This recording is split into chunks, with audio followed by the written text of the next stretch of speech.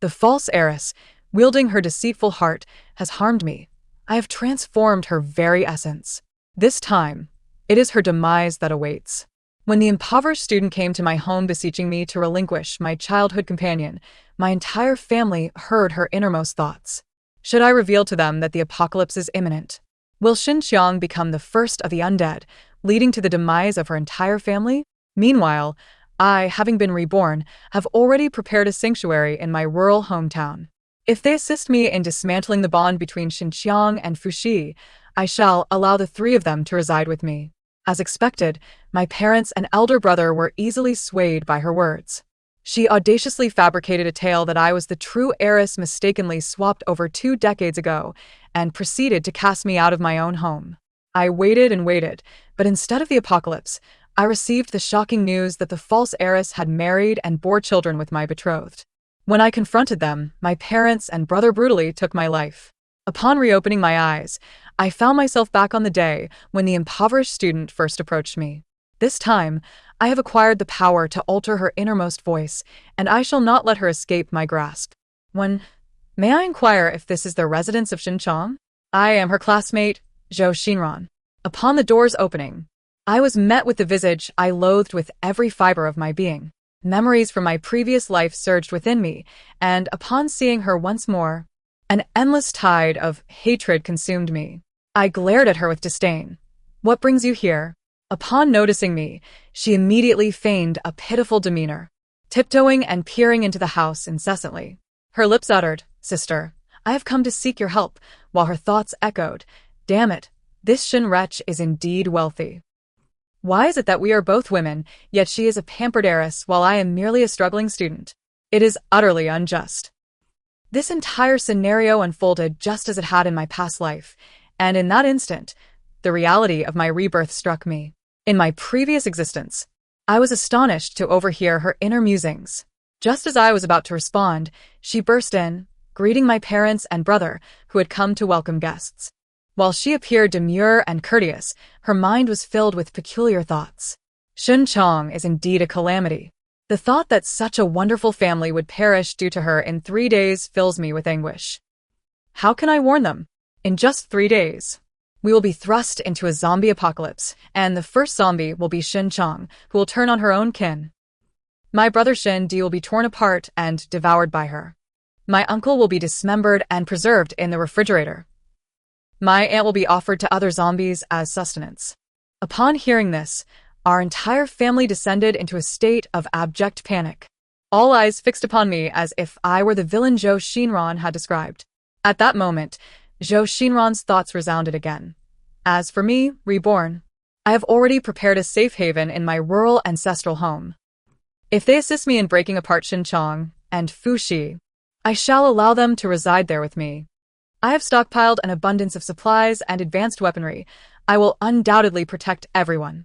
My family believed her words implicitly, disregarding my objections and doubts. I still struggled to comprehend why they would trust a struggling student. Zhou Xinran's family was impoverished. How could she afford such an array of resources? And in Huagua, how could she possess weapons? It was clearly a fabrication. Yet, my parents and brother dismissed my counsel outright, branding me the epitome of wickedness. That very day, they fabricated a false paternity test, proclaiming to everyone that I was an illegitimate child. That evening, they cast me out, welcoming Zhou Xinran, the counterfeit heiress, back into the Shun household. Fate granted me the chance of rebirth and the ability to alter her thoughts. In this life, I shall ensure her demise. 2. At this moment, Zhou Xinran stood in my living room, graciously greeting everyone. "Hello, uncle and aunt. Greetings, brother." Everyone responded with smiles and polite nods. Just as she intended to deceive my family into rejecting me as she had in the past, I promptly alter her thoughts. Is that old, portly man Xinqiang's father? His belly rivals that of a woman with 8 months of pregnancy. My goodness, he hasn't shaved and looks utterly grotesque. Is that overly cosmetically enhanced zombie her mother? Wasn't it said that wealthy individuals are all elegant ladies? Why do I feel she appears more rustic than the elderly women in our village? Her brother is equally amusing, wearing AJ sneakers at home. I can't tell whether they're real or fake, but he certainly seems to be trying too hard. His dark circles are nearly down to his chest, and he looks utterly unattractive. How on earth does Shin Chong manage to live in this household? Is she a ninja turtle? It's truly astonishing. These remarks were meticulously crafted to strike at the most vulnerable points of my family. My father feared being called fat, my mother detested being labeled unattractive, and my brother loathed being accused of flaunting counterfeit items. After my family heard her inner thoughts, chaos erupted. My mother, unable to contain her outrage, exclaimed, "What are you doing in my house? You wretched girl from the backwoods. Don't you know to take off your shoes upon entering? You've brought your country dirt into our home. Do you have any idea how expensive our carpet is? It's all custom-made from abroad, worth at least 200,000. You'll never earn that much in your lifetime. Truly ridiculous." My mother was notorious for her sharp tongue and narrow-mindedness within the circle of affluent ladies, and she held a deep disdain for the impoverished. With my recent alterations to her thoughts, my mother's first impression of Zhou Xinran plummeted to an all-time low, and she offered her no semblance of kindness. Zhou Xinran's face turned ashen, disbelief washing over her as she gazed at my mother. She had no inkling that I had modified her thoughts and merely found my mother's reaction unfathomable. I overheard her think, "How could this happen? Shouldn't they accept my proposal and treat me as their true heiress? System, what on earth is going on?" I could not hear the system's response to her, but I continued to relish in modifying her thoughts. That old hag is still berating me. How amusing. Who knows if that carpet is even real? It's all just a facade. One's persona is self-created in public, and that carpet might have been procured for mere pennies. What pretense of wealth is this? I bet they rent this place. It's utterly laughable. My mother was infuriated by her thoughts, immediately rushing upstairs to retrieve her luxury items and real estate documents to prove her affluence. 3. Observing my mother hastily ascend the stairs, Zhou Xinran became increasingly bewildered. What on earth is happening? Why isn't the plot unfolding as expected? System, are you even functioning properly? My brother and father exchanged bewildered glances in the living room when they suddenly heard Zhou Xinran's thoughts. That old hag has just fled, leaving only these two ugly beasts and a fat pig behind. Had I known, I would have brought some cabbage to alleviate the odor. At the very least, garlic would do. Standing here, I feel utterly uncomfortable, overwhelmed by the stench of pig. But alas, I cannot leave now. I still wish to extract some money from them, for I am a struggling student with no funds of my own. I must rely on the wealthy for a bit of financial assistance. Shundi erupted in anger, directing his ire towards me. Shin Chong, how many times must I tell you not to associate with dubious characters? Why do you persist in ignoring my counsel? It's one thing to befriend such a girl, but to disclose our home address? You've brought misfortune upon our precious land. I quickly clarified, I never disclosed our address to her. Do you have any idea how she learned where we live? Shundi immediately grasped the gravity of the situation, seizing Zhou Xinran's arm and twisting it behind her back. Did you follow my sister? You've grown quite audacious, coming to our home to beg for money as a pauper? Are you out of your mind? Have you looked in the mirror lately? Are you perpetually living in a fantasy? If you are truly so impoverished, perhaps you should drop out and find a job instead of lingering here with your nonsensical antics. Zhou Xinran, on the verge of tears, protested, "No, I didn't. I did not follow her." My father, a man of temperament, was incensed to hear his weight insulted, but he refrained from unleashing his fury on a younger person. Instead, he called the principal in front of Zhou Xinran. "Principal Liu, is there a student named Zhou Xinran on the list of those we sponsor at your school? Cease the sponsorship immediately. Your school should permanently blacklist her from the financial aid list. She is unworthy of receiving poverty assistance." Being permanently blacklisted from the aid list is a severe punishment reserved for notably dishonest students. Our school typically reserves such measures for those who falsely claim extreme poverty to fraudulently obtain funds. Even if she were to achieve the highest rank in her department, the school would still deny her any rewards. Here in Haishur, where land is as precious as gold, the cost of living is inherently higher than in ordinary cities. Should she lose her financial aid, she would find herself praying for a miracle each day. Upon hearing this, Zhou Xinran became utterly panicked. In a moment of desperation, she knelt before my father, begging, "Uncle, I implore you, please don't suspend the aid. I truly need this money. Our home is barren, devoid of any possessions. Please. Without this assistance, I cannot survive." My father brushed her hand away from his trousers, dismissing her pleas. What does that have to do with me? That day, the echoes of her heartache lingered in the living room. Why is this happening to me? I despise you all. How could you treat me this way? Your family will face retribution. I am the heroine of the story, and yet you treat me with such cruelty. Later, my brother forcibly expelled her from our home, restoring peace to our household. During lunch, they could no longer contain their curiosity and inquired, "Where did you meet such a peculiar girl? Make sure to avoid her in the future." I nervously rubbed my hands together, replying, "Understood. Just wait. Once I deal with Zhou Xinran, the next to face my wrath will be the three of you." My previous life ended in such tragedy, largely due to your meddling. This time, none of you shall escape unscathed. The following day, Fuxi adamantly refused to ride in my car. He stood tall, regarding my family's Rolls-Royce with disdain. "I will not share a vehicle with you on our way to school. Even if you plead with me, I will not accompany you in the same car." In my previous life, it was only moments before my demise that I learned he had long been entangled with Zhou Xinran. Due to Fuxi's status as an illegitimate child, he had endured a few years of hardship. He felt a profound connection with Zhou Xinran, while I was merely a lofty heiress. Every time he was with me, he found my adherence to etiquette burdensome. Little did he know that I simply disliked the sound of slurping during meals. I merely requested he refrain from eating in the car. Thus, if my instincts were correct, he was already covertly flirting with Zhou Xinran behind my back. His refusal to ride with me today was a deliberate act of defiance. How amusing. He truly believed he was being clever. Who said men lack cunning? I observed him closely. Although his family resides in the same villa district as ours, we are from a century-old prestigious family, while his family is merely a nouveau riche that flourished a few years ago. Their luxury vehicles had long been sold off.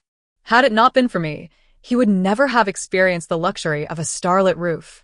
In the face of his submissive expression, I boldly jumped into the car, declaring, "Uncle Zhang, drive. We're running late." Just as the car was about to pull away, Fuxi finally reacted. "Shenchong, what are you doing?" I shot him a glance, "Going to school." He shouted in frustration, "Why aren't you driving me?" I retorted, "You were the one who said you wouldn't ride with me. Don't you always preach that a man's word is his bond? What's wrong? Did you forget your courage at home today?" His retort was stifled, leaving him to curse at me from his position. I must say, the soundproofing of the Rolls-Royce is superb. Once the windows are rolled up, I cannot hear a thing. Upon arriving at school, I soon discovered that my classmates could also hear Zhou Xinran's innermost thoughts. This must be the result of her so-called system. However, upon testing it, I realized I could still alter her thoughts. Thus, I resolved to completely expose her hypocritical facade, ensuring that everyone could see her true nature. As I settled into my seat, my backpack in tow, Zhou Xinran turned to me and said, "Shenchong, you don't seem well. Don't take to heart what my uncle and aunt said last night. I will not undergo a paternity test. Rest assured, even if I were truly their child, I would not seek to usurp your position." Yet, at that moment, her true thoughts were, "Why must this fake heiress treat me this way? She has already stolen over 20 years of my privileged life. Yet she forbids me from acknowledging my true heritage, preventing me from being with my biological parents. Why must my fate be so cruel? Oh heavens, is there no one who can save this pitiful true heiress?" I altered her thoughts to read, "Heaven help me, Xin Chong must never reveal my relationship with Fuxi to my classmates. Though I may appear to be the interloper, the unloved one is the true third party. I have done nothing wrong. Our classmates are all shallow." Climbing the social ladder, once I discreetly obtain a paternity test to pass off as the true heiress of the Shin family, I will take my rightful place. These snobbish peers, one by one, will pay. The classroom erupted in chaos. Zhou Xinran, who is typically viewed as a gentle and virtuous representative of the impoverished, was suddenly unmasked. Everyone had assumed her to be a kind-hearted girl from a small town, and thus showered her with care and favor. Now, they were taken aback to discover she not only intruded upon my relationship with Fuxi, but also aspired to seize my rightful identity as the true heiress. The illusion shattered, and the students cast her disdainful glances. I addressed her, "Class is about to start. Kindly refrain from speaking." At last, I experienced the thrill of ensnaring Zhou Xinran in her own trap. In my previous life, I wondered if she felt the same satisfaction when she ensnared me. Now, It was my turn to revel in her discomfort. Watching her flounder filled me with delight. Throughout the entire class, I relentlessly alter her thoughts. Wang Qi is hideously unattractive. Why doesn't she tie back those buck teeth? Every time I speak with her, I fear her teeth might jab me. Who smells so foul? Is it Lin Dandon? A stench reminiscent of rotting fish. Does she have some gynecological issue? What is that lanky monkey staring at me for? Is he infatuated? Without a dowry of at least 800,000, I have no interest in him. As the morning classes drew to a close, Fu Shi hurriedly arrived. His family had recently encountered difficulties, and in an effort to salvage their severed financial ties, his father had sold all the cars they could part with, leaving only a mini BMW, which he drove himself. Given that our university and the villa district were quite distant, the commute took over 2 hours by car, and any other form of transport would only prolong the journey. Fu Shi refused to ride in my car for Zhou Xinran's sake. Of course, even if he did, I would not permit him to board. Regardless, he had already skipped 4 classes today. With the final exams approaching, the school was cracking down on absenteeism. He had been recorded for 4 missed classes by the student council, and the teacher had noted his name.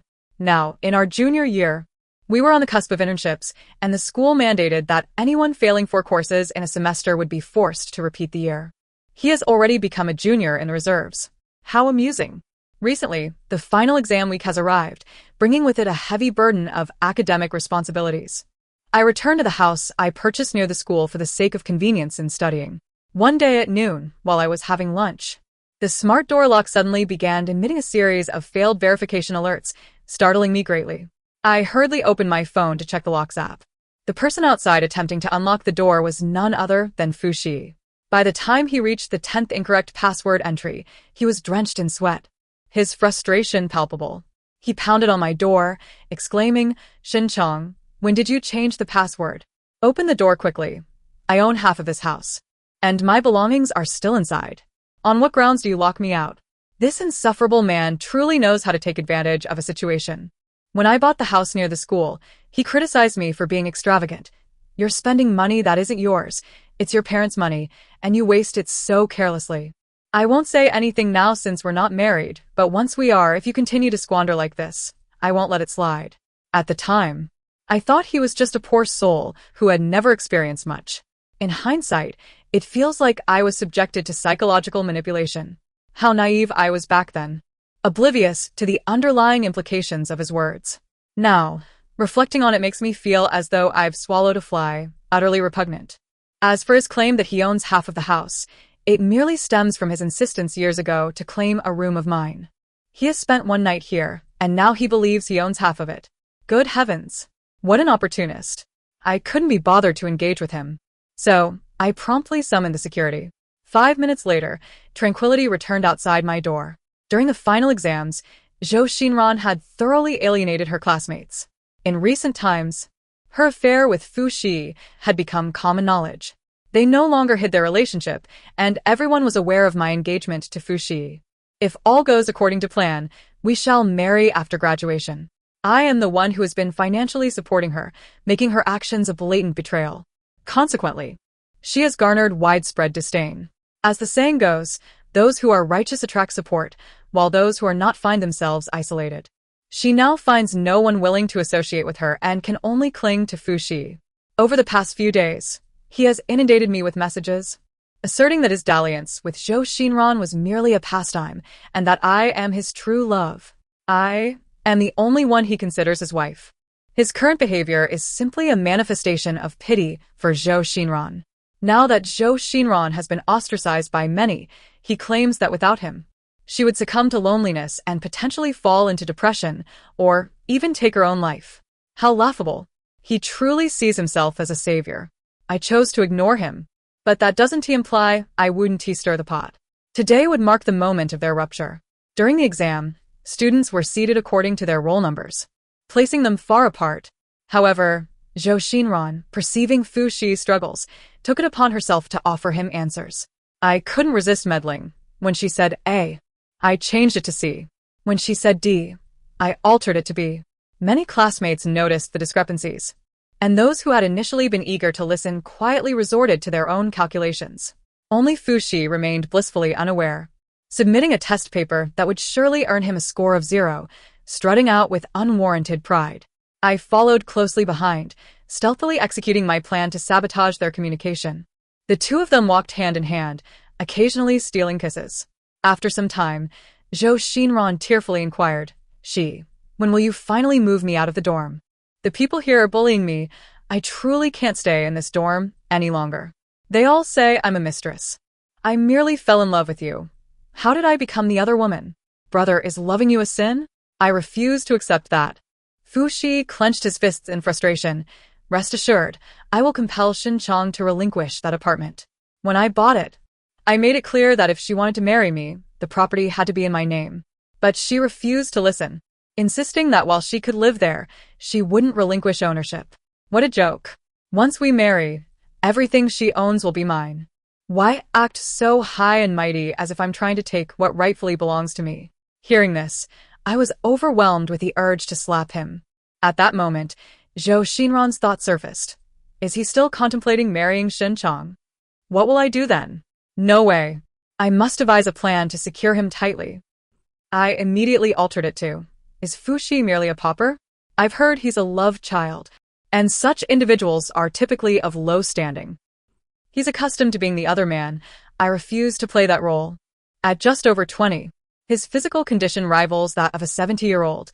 If not for his wealth, would I even consider being with him? Every interaction leaves me feeling utterly repulsed. Should he be a mere pauper, I would ensure his ruin. Upon hearing these thoughts, Fu Shi's expression transformed from affection to shock. He pointed an accusatory finger at Zhou Xinran, exclaiming, You really think I'm an unworthy love child? On what grounds do you hold such an opinion? I never despised you for your humble origins. I am far wealthier than you could imagine, you know? I at least hold a residency in Haishur. I live in a villa. My annual maintenance fees exceed the value of your family's entire house. Why pretend to look down on me? You think you can do better? How ridiculous. Zhou Xinran was left in a state of panic, desperately attempting to clarify, You've misunderstood. I could never think such a thing of you. I'm not that kind of person. Witnessing their public quarrel escalate to the point of physical altercation, I finally felt at ease to depart. The real drama was just beginning. As summer vacation commenced, I began my apprenticeship within the family business. My brother is a quintessential second-generation heir, a complete layabout lacking any ambition, preferring leisure over diligence, and showing no interest in learning. Yet, due to his gender, the family entrusted him with all the assets. In my previous life, Zhou Xinran had been infatuated. Her sole aim to marry Fu Shi, neglecting all else. As a result, the Shun family business fell into the hands of Shindi, collapsing within 4 to 5 years due to his mismanagement.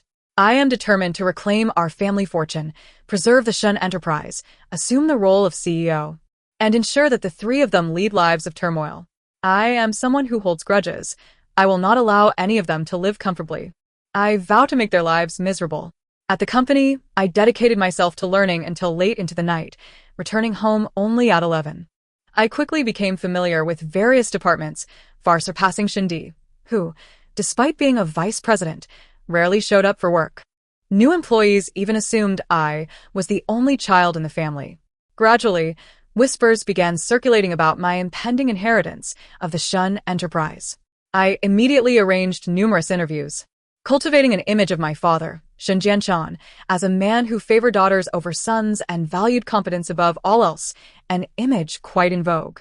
After successfully establishing this narrative, our company's profits began to soar. My father, a businessman at heart, would inevitably gravitate toward the path I had meticulously laid out for him. He even registered a short video account. Every day, I share snippets of my life indulging my beloved daughter. Under the deliberate guidance of the online influencers I orchestrated, I found myself appointed as the vice president of the group, seated at a desk within his office. Gradually, perhaps due to the incessant fabrications, he genuinely began to believe he loved me. Whenever faced with a decision, he would solicit my opinion. Nuan, what do you think we should do? Daddy will heed your counsel. When others gifted his daughter a house or a car, he would follow suit, of course. All for the purpose of filming and sharing online to garner more followers. Middle-aged men thrive on flattery. He basked in the praises of being a good father, becoming increasingly lost in the adulation. He hardly acknowledged my brother anymore, dismissing him as a hopeless case, while extolling his daughter as his cherished treasure. A year later, upon graduating from university, while my peers toiled to secure employment, I had already emerged as a distinguished businesswoman, founding my own company and brand. I also held a significant vice presidential position within the Shun Group. Occasionally, when my subordinates faced dilemmas, they would consult me directly rather than my father. The moment I wielded real power, my first act was to acquire the ailing Fu Corporation. On the day of the acquisition discussions, I personally attended. The secretary, upon seeing us, flushed with urgency. "Young President Fu is busy. You cannot enter," she insisted. I pointed to the slightly ajar door. "Isn't this door open?" The secretary stammered, trying to block our entry. "You really cannot go in.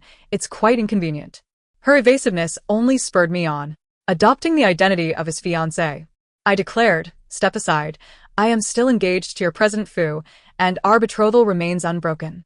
"Dare you obstruct me?" the secretary gasped. "What? President Fu has a fiancée? What about Secretary Zhou?" Before she could process the situation, I stormed into the president's office with my entourage. Upon entering, I was met with an eye-watering scene. In broad daylight, two individuals were entangled in a fervent embrace. The moment Fu Shi spotted me, he hurled his laptop at me. "Get out. What are you doing here with so many people?" I dodged the computer and couldn't help but smile at the shattered fragments on the floor. A laptop worth thousands had been reduced to ruins. He would undoubtedly pay for his actions today, as he would never again afford such a fine device. I looked at him and stated, "I am here to discuss the acquisition." Fu Shi glared at me fiercely. "You wish to acquire Fu Corporation? I shall not sell." Zhou Xinran, finally managing to dress, hid behind him. "Sister, it was my fault. I seduced President Fu. Please don't be angry with him. Do not be so ruthless towards your fiancé. Since our families agreed to a union, we share both glory and shame. Why quarrel over such trivial matters?" Fu Shi nodded fervently in agreement. "Indeed. Xinran is right." I shot them both an incredulous look. "Do you truly think such nonsense constitutes high emotional intelligence?" Zhou Xinran's inner thoughts were audible to everyone present. Yet I needn't intervene. Her words were already offensive. "Shun Chong is quite amusing. Busy with her career, she must be experiencing a hormonal imbalance. Is having wealth truly impressive? After all, she lacks male companionship. Seeing me close to her fiancé must have driven her mad, hasn't he it? Ha ha ha. Unloved ones are merely mistresses, discarded spouses. Gathering such a crowd to catch me in the act? How laughable. Does she truly think I lack contingency plans? I have long siphoned off funds from Fu Corporation and am preparing to immigrate. My green card is ready. Ha ha ha. Even if I cannot thrive here, I will flourish abroad." Everyone in attendance was taken aback. Their lives were relatively normal, and encounters with eccentric personalities were scarce. Zhou Xinran's outrageous remarks left many with a slight shock to their worldview. Some even cast sympathetic glances in my direction. Little did they know, I relished her insanity. The more deranged, the better, as the saying goes. To drive someone to their end, one must first drive them mad. She was not far from self-destruction. Fu Shi seized her by the throat, his eyes blazing with fury. "Did you take my money?" "I didn't cough cough, I didn't she stammered. Fu Corporation's employees quickly intervened, fearing he might truly lose his temper and harm her. I stood elegantly, observing their farce, wishing I had a bag of sunflower seeds to enjoy. The news of Shun's acquisition of Fu Corporation trended, announcing its complete rebranding to Chong Corporation. Many questioned why I did not retain the Shun name, as I aspired to create my own commercial empire. Fu Shi initially intended to report Zhou Xinran, seeking to imprison her for economic crimes, but unexpectedly, at a critical juncture, she revealed her pregnancy. This child instantly became her shield against prosecution. They embarked on a venture together, utilizing the remaining funds to open a store, preparing for marriage and parenthood. I remained utterly disinterested in their affairs. Should they cross my mind, I would discreetly arrange minor troubles for them. My focus shifted to the family power struggle. My relatives gradually recognized my ambitions. Yet they hesitated to confront me, aware I had secured control over the Shun family's name and influence. My father wished to voice his concerns, but dared not speak. My mother, however, occasionally advised me, as a girl, isn't it better to focus on family and raising children? Why pursue the path of a strong woman? I truly worry for you, enduring the sun and wind daily. I smiled. I am chauffeured in luxury, residing in a villa, working in an office. Rest assured, I am shielded from the elements. She continued, even if you manage the Shin family well, what will happen when you marry? All the family assets go to your brother? I chuckled. Not to worry, mother. I can always find someone to marry into our family. Nowadays, men are quite fond of wealth. As long as I offer enough, they will come. My mother fell silent. With power firmly in my grasp, even their living expenses were funded by me. If they dared to provoke me, I could easily feign ignorance and cut off their cards, rendering them compliant. My financial control over them was absolute. The day of revelation approached swiftly. Shindi demanded my authority. Why must you, a woman, seize my possessions? Do you not think you are being excessive? Across the entirety of Haicheng, how many daughters inherit family wealth when sons are present? I patted his shoulder reassuringly. Calm down, brother. You must possess a fair assessment of your capabilities, having worked in the company previously. How long do you believe you can sustain Shin Corporation? There's an old Chinese saying, those who recognize the times are the true talents. If you are content to remain a leisurely vice president, I will pay you a monthly salary of 200,000. Should you insist on contesting me, I can easily lead Shin Corporation's employees to collectively resign and establish a new Shin Corporation. Shindi was swayed by my words. After signing the employment agreement, he ceased to confront me. Seeing that the party involved had grown disinterested in disputing, my parents also deemed it unnecessary, feigning ignorance as if nothing had transpired. Thus, I effortlessly ascended to power, becoming the true Mr. Shin. Yet, I did not forget the cruelty they had inflicted upon me in my previous life. With nothing better to do, I instructed the housekeeper to mistreat them. They endured their suffering in silence, clutching my money, unable to confront me directly, and thus, they had no choice but to endure. Each time I returned home, they would desperately seek me out to voice their grievances. I would feign ignorance, reprimanding the housekeeper instead. Observing their discontent brought me immense joy daily. This time further validated my beliefs. The so-called apocalypse was merely a fabrication. A decade later, I had yet to witness the arrival of such a calamity. Instead, my commercial empire had expanded significantly. On one occasion, while attending a meeting, I absent-mindedly forgot to bring a document. An employee rushed to deliver it to me. To my surprise, the courier was Zhou Xinran. Upon seeing me, she immediately concealed her face with her hair, and after inquiring about my retrieval code, she hastily attempted to depart. I sensed the animosity lurking in her eyes, and I couldn't help but feel wary. She had always been a petty person, and I believed that her nature remained unchanged. Surely, witnessing my success would evoke jealousy within her, making her feel as though I had usurped her opportunities. As anticipated on my return home that evening, I overheard her thoughts in the underground parking lot. Everything was supposed to go according to plan last time. I, too, had become a wealthy heiress, marrying into the immensely affluent Fu family. Why, then, has this life turned out so differently? It was then that I realized she had also been reborn. It seemed her system had malfunctioned, yet the affliction of her thoughts remained audible to all. Concealed behind a pillar in the parking garage, she believed herself to be flawlessly hidden, but her inner turmoil had already reached me. I inquired with my secretary about any recent developments concerning Fu Shi. It was then I learned of his misfortunes. He had opened a restaurant, but due to poor business, he had failed to restock fresh ingredients. Cooking with spoiled, filthy meat and vegetables, he had caused customers to fall ill. The establishment was subsequently shut down, and he had incurred significant financial losses. Left with no choice, he resorted to delivering takeout and driving for a ride-hailing service to make ends meet. However, the income barely sufficed to support his small family, let alone provide for his parents. Zhou Xinran could no longer bear the strain, leading to daily quarrels between them. In a desperate bid, Fu Shi shamelessly became a gigolo for a wealthy woman. Initially, they managed to sustain themselves with the money he earned.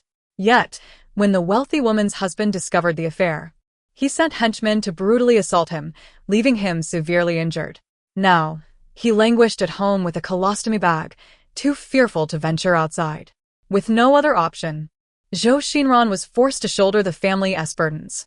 Thus, when she saw me, adorned in opulent attire at a high-end business event, her defenses crumbled completely.